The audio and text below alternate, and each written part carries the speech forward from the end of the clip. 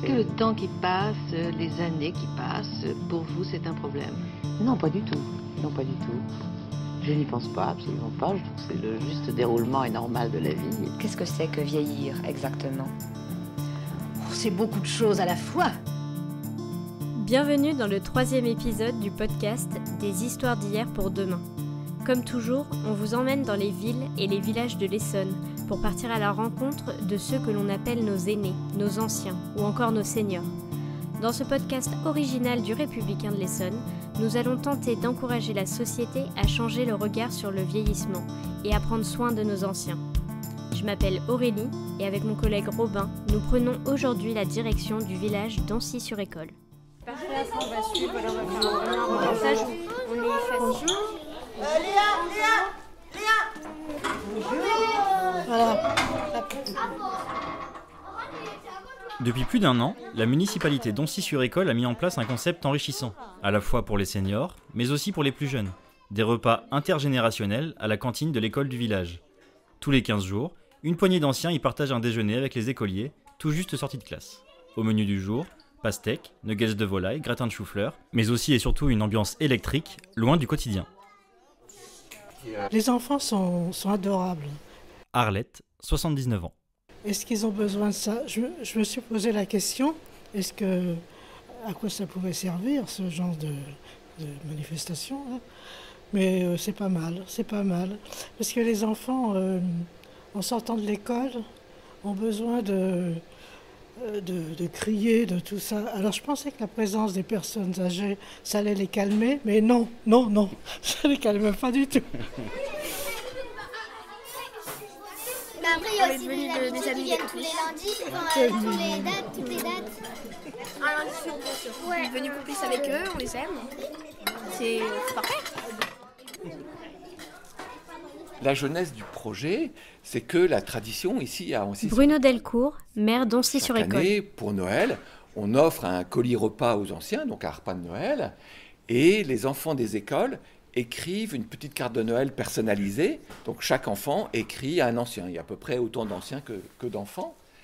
Et déjà ça crée une relation entre les enfants et les anciens, puisqu'il y a pas mal d'anciens qui remercient les enfants, qui vont leur réécrire une carte, qui vont leur offrir des bonbons. Et donc il y a une petite connivence qui s'est créée déjà entre les anciens et les enfants.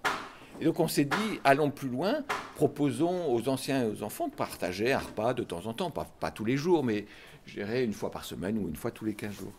Et le premier jour, grand suspense, j'avais installé les anciens, j'avais mis 2 anciens par table et 6 enfants par table, mais les anciens étaient installés, les enfants n'étaient pas encore là. Et quand ils sont rentrés, au lieu de se mettre tous à une table où il n'y avait pas d'anciens, par timidité ou quoi que ce soit, ils se sont précipités, même presque battus, pour être à la table des anciens. Et la connivence, elle a tout de suite démarré.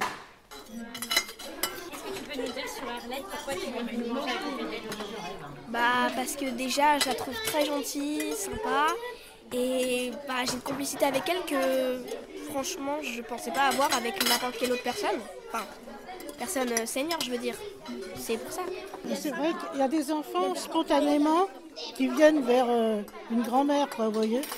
Je pense que d'autres sont peut-être plus... Surtout les grands garçons, peut-être, ils commencent déjà à arriver dans l'adolescence. C'est vrai qu'on a un contact plus facile avec certaines petites filles. Cette petite fille-là, celles-ci, elles sont plus spontanées, vous voyez. À chacun de ces repas, les élèves peuvent compter sur la présence de Louisette, surnommée la rockstar. Drôle et attachante, elle déchaîne les foules à l'heure du midi.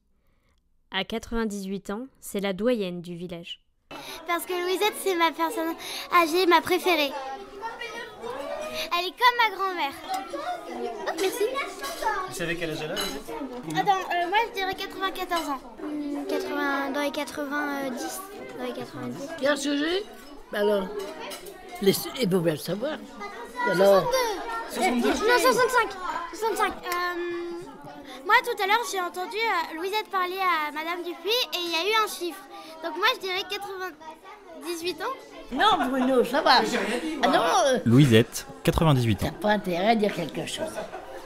Tout vert que tu es. Ça vous plaît ces petits repas là avec les enfants ? Ah mais oui. Bah oui, pour l'instant, je suis pas seule. Parce que je suis seule, malheureusement. Ah, ils me racontent leur histoire. ils ronchonnent parce qu'ils n'aiment pas manger. Ah, j'aime pas ça. Ah, j'aime pas ça. J'entends que ça pendant tout le repas. Ah, j'aime pas ça. Si tu goûtes déjà, je dis toujours goûte. Allez, va mes copains. Et vous, ça vous plaît les repas? Bah, vous savez, j'ai vécu en bureau avec des cantines, alors... hein. Et puis j'ai vécu la guerre, j'ai vécu l'occupation de l'Allemagne, merci, hein. Je suis pas difficile. Moi j'aime bien manger avec elle parce que ça fait un peu plus de compagnie et tout. Quand elle nous dit aussi, elle nous pose des questions. Et là par exemple, elle nous a posé une question de est-ce que vous partez directement en vacances? Et on a répondu. Et vous lui parlez de quoi? C'est quoi le sujet de discussion du moment là? Moi je discutais de mon emploi du temps pour mon anniversaire le 4 octobre. À quelques tables de là, Marité déjeune avec une bande de CM2. L'occasion de leur demander ce qu'ils aiment pendant ces repas.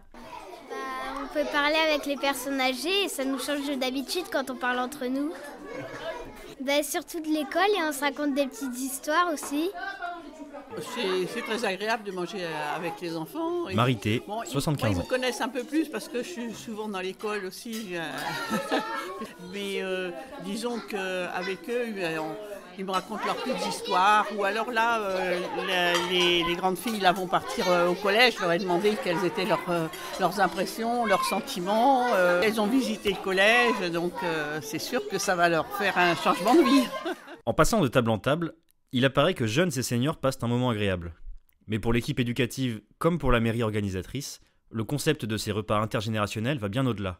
En creux se dessinent en effet des thèmes plus larges, comme la construction des enfants et le rôle d'une municipalité. Ça leur apporte une ouverture d'esprit. Catherine Dupuis, directrice du groupe scolaire d'Ancy-sur-École. Cette convivialité, ce sentiment d'appartenir à un village aussi. Vous voyez, ce sentiment, ça leur fait penser à leurs grands-parents. Et puis, il n'y a pas la même conversation, il n'y a pas qu'avec un camarade. Ça leur apporte une ouverture d'esprit, je trouve. Eux, les délégués d'élèves, tout de suite l'année dernière, ont trouvé cette idée géniale. C'est vrai que municipalité, on décide de plein de choses. Bruno Delcourt. À la place des enfants, mais eux aussi, ils vivent un certain nombre de choses. Ils vivent dans l'école, ils vivent dans le village, et leurs commentaires, comment ils vivent et tout, c'est important. Donc ça permet, je dirais, d'échanger avec eux. Les bénéfices, c'est vraiment les relations intergénérationnelles, quoi. Et paradoxalement, c'est plus facile de sauter une génération que d'avoir des rapports directs entre deux générations contiguës, quoi. Enfin, et les anciens, ils ont pas de tabou, les enfants non plus. Alors, ils sont pas encore au collège. Enfin, je dirais, on voit quand ils arrivent fin CM2, qu'ils vont bientôt passer au collège, ou les collégiens, ils sont un peu plus coincés, ils ont un peu plus de tabou. Là, les enfants de cet âge-là, ils en ont pas, quoi. Donc. Pour Louisette, Arlette, Michel et les autres, ces repas sont devenus, au fil du temps, un rendez-vous à ne pas manquer. Que ce soit pour rompre l'isolement ou bien pour profiter d'une compagnie bruyante mais bénéfique. Et cette présence provoque de nouveaux sujets de discussion à la cantine.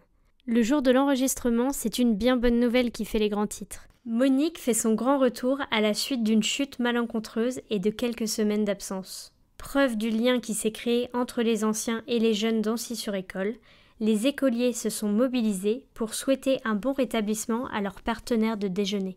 Ça fait tout le tour, tous les gamins, regardez ça. Michel, 86 ans. Ils ont tous signé, ils ont tous... parce qu'elle était en clinique. Vous voyez, c'est formidable, hein. C'est formidable. Donc moi je suis pas... ça prend toujours d'exemple. Non, ça c'est Lolaire, ça c'est Maëlie. J'avais écrit par là, moi. Aïe, c'était de l'autre côté. Peut-être que c'est de l'autre côté, t'as pas écrit là? Non. Décale-toi. T'as écrit un pavé ou un petit truc? Un pavé. Un pavé, bah oui, toi un pavé. Non, là, tu trouves un pavé, c'est toi. Ah, Candice, là c'est bon, je te laisse. Ah, mais Candice Candice, CM2, 11 ans. Coucou, c'est ta voisine qui t'aime. Bon rétablissement à toi, ça ne sera plus pareil sans toi le lundi midi. Candice, gros bisous. Coucou Monique, j'espère que tu vas très bien et je te souhaite un très bon rétablissement. Et puis ça va être triste les lundis midi qu'on va passer sans toi. En tout cas, je te fais de gros bisous. Manon. Lola, 10 ans, 11 ans, CM2.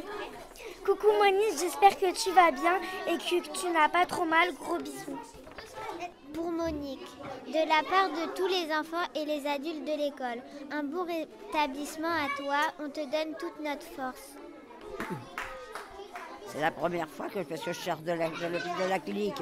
Monique, 84 ans. Bon, je suis avec une canne, ça a l'air d'être passé correctement. Il y a des yeux un peu comme ça, bien sûr. Mais bon, moi, à mon avis, ça c'est pas choquant. Ça les a pas choqués. Ils me connaissent avant, ils voient là. Comme je leur ai dit, ça va s'en aller bientôt tout ça. Mais je recommencerai pas. Je vais pas recommencer à me casser la figure pour avoir tout plein de monde autour de moi. Au début, on se disait que ça serait surtout les grands, et en fait, ça marche bien aussi avec les CP. Bruno Delcourt. Ça marche avec tous les âges, quoi. Les petits ont vaincu la barrière de la timidité, et donc non, la relation elle est fluide dans les deux cas, quoi. La relation elle est chouette, et puis disons que il y a des anciens qui vivent seuls, alors même s'ils sont entourés. Je dirais ils sont ravis d'avoir un repas avec de la compagnie aussi, hein, soyons clairs. Donc ça permet, sans trop de lourdeur, je dirais d'avoir une sortie tous les 15 jours qui soit agréable, quoi. Puis de se confronter, pas forcément que à d'autres anciens, mais à des enfants.